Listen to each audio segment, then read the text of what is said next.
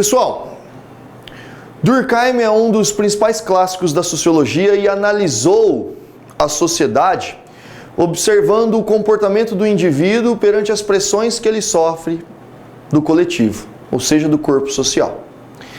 E aí eu vou fazer um questionamento aqui para tentar ilustrar o que o Durkheim tenta apresentar aqui com essa visão dele. Você já parou para pensar na seguinte possibilidade de você viver no Brasil, nascer no Brasil, mas a partir do dia de hoje você se recusar a falar o português, que é a língua que todos os brasileiros falam. E a partir de hoje, então, você só conversaria com todas as outras pessoas em inglês. Você conseguiria fazer parte do corpo social? Você conseguiria estar integrado à sociedade tomando essa atitude? Você consegue viver na sociedade brasileira não falando o português do Brasil? Então, esse é o questionamento que a gente vai usar aqui para ilustrar essa aula a respeito de Émile Durkheim. Então vamos lá, vamos ver se a gente consegue responder essa pergunta. Vem comigo! Pessoal, seguinte, o Émile Durkheim, então, ele apresenta aqui uma forma de se analisar a sociedade através da sua sociologia, que é chamada de sociologia funcionalista. Por que a sociologia do Durkheim é chamada de sociologia funcionalista? Porque o Durkheim é um cara que tenta entender o funcionamento da sociedade. Como funcionam as ações dos indivíduos perante ao coletivo, perante as outras pessoas. Então, por isso ela é chamada de sociologia funcionalista. E uma das principais situações para abordar essa aula aqui, uma das principais leituras que devem ser feitas é sobre a obra do próprio Durkheim. São duas obras aqui que a gente pode citar. Primeira obra, As Regras do Método Sociológico. Ou seja, é uma obra onde o Durkheim vai apresentar métodos para se estudar a sociedade. E a segunda obra, conhecida como O Suicídio. Essa obra, chamada de O Suicídio, ela apresenta aí a visão prática do estudo de Durkheim. Então, por isso, logo de cara, seguindo essas duas obras, o questionamento que vos faço é: qual é o objeto de estudo da sociologia funcionalista? Aí você, juvenil, vai falar: é a sociedade. A sociologia estuda a sociedade. Eu não perguntei o que a sociologia estuda, eu perguntei o que a sociologia para Durkheim estuda. Durkheim, óbvio, vai estudar a sociedade, mas o que na sociedade? É isso. Durkheim vai estudar o chamado fato social. E aqui a galera emperra. Tem muita gente que sofre aqui. Por quê? Eu não entendo esse negócio de fato social. O que é um fato social? Durkheim usa a seguinte definição, isso é retirado da obra dele, ele fala isso. O fato social são todas as coisas... Coisa? O que é coisa? Como eu defino coisa? São literalmente todas as ações, são todas as atitudes, todo o comportamento, qualquer coisa que você faça. Ou seja, tudo que você fizer. Todas as suas realizações. Então, todas as coisas realizadas pelo indivíduo em sociedade. Então, aqui a gente já começa a levantar um ponto importante. Ponto importante. Caetano, o que eu entendo por coisas? As suas ações, o seu comportamento e as suas atitudes. Então tá lá, ó. Pô, coisas. O que são as coisas? Basicamente o seu comportamento. Tá aí, ó. Como você se comporta. E essas coisas realizadas pelo indivíduo em sociedade. Aqui apresentamos uma relação importante. O Durkheim, ele afirma o seguinte, que o indivíduo, ele sofre uma pressão da sociedade, ele é forçado a fazer aquilo que a sociedade impõe a ele, como por exemplo na pergunta que eu fiz há pouco. Você consegue viver no Brasil não se comunicando com as pessoas em português? Não dá. A partir do momento que você nasce, você já é forçado a fazer todas as coisas que a sociedade já estava acostumada a fazer. Então, por isso, na visão do Durkheim, é muito importante compreender o quê? Que a sociedade, ela impõe uma pressão, uma força sobre o indivíduo. Então, a sociedade está acima do indivíduo. Esta é a relação, então, proposta por Durkheim. Como funciona a sociedade? Simples. É um corpo de pessoas, de indivíduos, e esse corpo de pessoas, eles realizam uma série de comportamentos já pré-determinados pela sociedade, pelo conjunto de pessoas. Então, por isso, esse é o funcionamento social. A sociedade impondo costumes, regras e uma série de questões morais para que o indivíduo faça. Então, por isso, você não vai conseguir sair por aí e viver no Brasil falando inglês. As outras pessoas vão ter dificuldade em compreender você. Em um dado momento, você não vai conseguir realizar as coisas que você quer.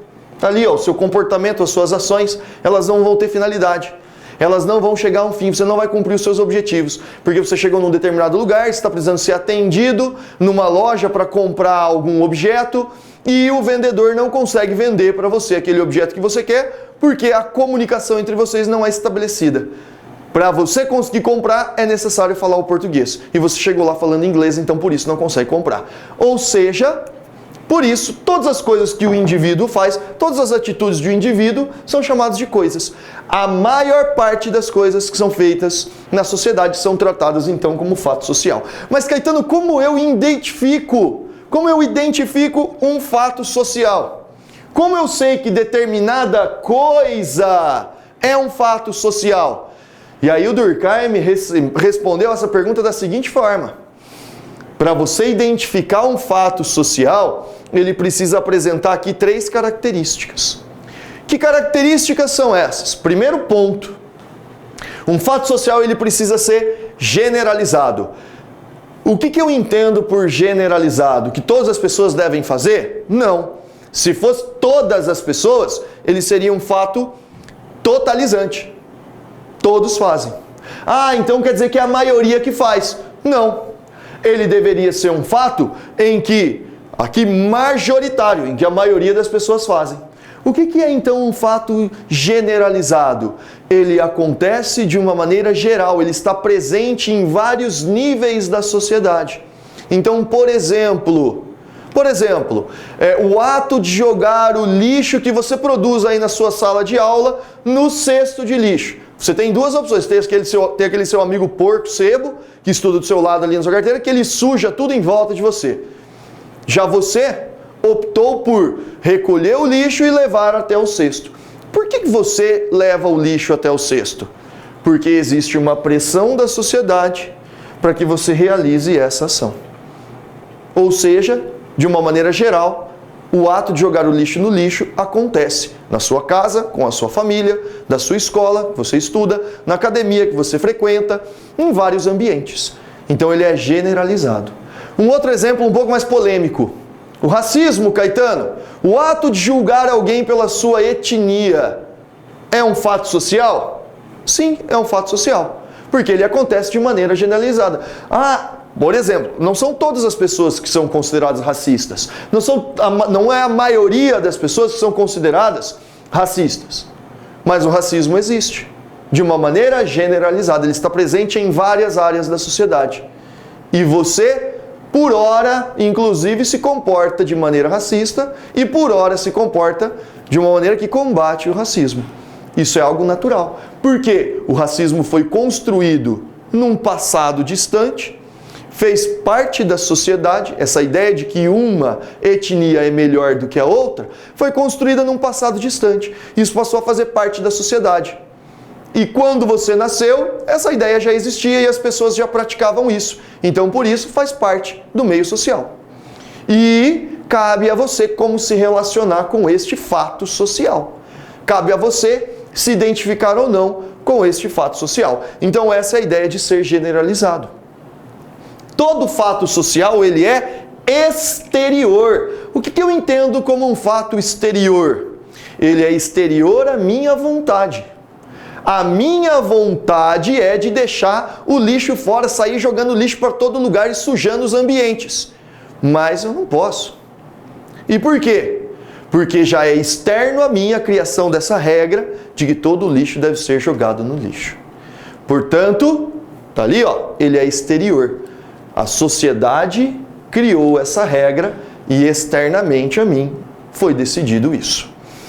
E o ponto mais importante, a característica fundamental do fato social, e é onde o pessoal às vezes também emperra. Todo fato social é coercitivo, ou seja, ele é praticado através de uma coerção. O que eu entendo por coerção? Eu não estou falando de coação e nem de coesão. Coerção. O que é uma coerção? Coerção é quando você se sente obrigado a fazer algo, só que você não está sendo coagido. Não é uma violência. Ah, você vai fazer, coloca uma arma na sua cabeça para que você coloque o lixo no lixo. Não. Ninguém está coagindo você a fazer algo. A coerção é quando você se sente obrigado a fazer algo para pertencer àquele grupo. Então você se sente obrigado a fazer algo, só que essa obrigação não é feita de maneira violenta. Essa pressão, ela não é exercida sobre você de maneira violenta. Vamos voltar então ao exemplo lá da pergunta que eu fiz no início da aula. Quero viver no Brasil, mas não aceito falar a língua portuguesa. Só quero me comunicar com todo mundo em inglês. Você não consegue, porque todo o corpo social obriga você, pressiona você, age de maneira coercitiva para que você fale o português. Se você não falar o português, você não se relaciona com os outros, você não vive nesse meio social. Essa pressão, né, essa força, então toda vez que você pensar em coerção, você vai associar a uma força externa agindo sobre você. Essa força externa, olha lá, ó, exterior, externo, não foi criada por você, mas pela sociedade. Ela pode ser moral ou legal. Como assim moral ou legal? Bom, legal é fácil. Você se sente forçado a fazer determinada coisa porque está na lei. Ah, eu quero matar o cara do meu lado aqui porque ele fica jogando lixo na rua. Não, mas eu não posso matar ele. A sociedade me impede de matar a pessoa. Por que você não pode cometer assassinato? Porque existe uma lei proibindo você de fazer. E se fizer, você vai ser punido. A sociedade vai reprimir você. Você vai sofrer uma repressão social. E existe aquela coerção que é moral. Ela não está na lei. Ela está no campo da ética. Eu faço porque eu sei que é o correto a se fazer. Exemplo, existe uma lei que me obriga a ser gentil com as pessoas? Não. Não existe, não está lá no Código Civil, artigo 12º, parágrafo 12. Você deve dizer obrigado e bom dia a todas as pessoas que passam por você. Não, não existe uma lei. Mas você se vê pressionado a fazer isso. Você se vê pressionado a ser gentil com as outras pessoas porque era uma questão moral. Ou seja, ética, a regra que não está na lei, é uma regra construída pela sociedade, determinou então essa situação. Ou seja, pessoal, aqui a gente vê então dois tipos de coerção que são exercidas sobre o indivíduo. Então este é o primeiro ponto apresentado pela sociologia funcionalista de Durkheim. O objeto de estudo dele, que é o fato social. Então a gente fica aqui nessa aula de Sociologia Funcionalista e próximas aulas virão aqui agora do nosso curso de Sociologia, abordando então outros métodos analisados por Durkheim. Beleza, pessoal? Até a próxima aula, valeu, um abraço!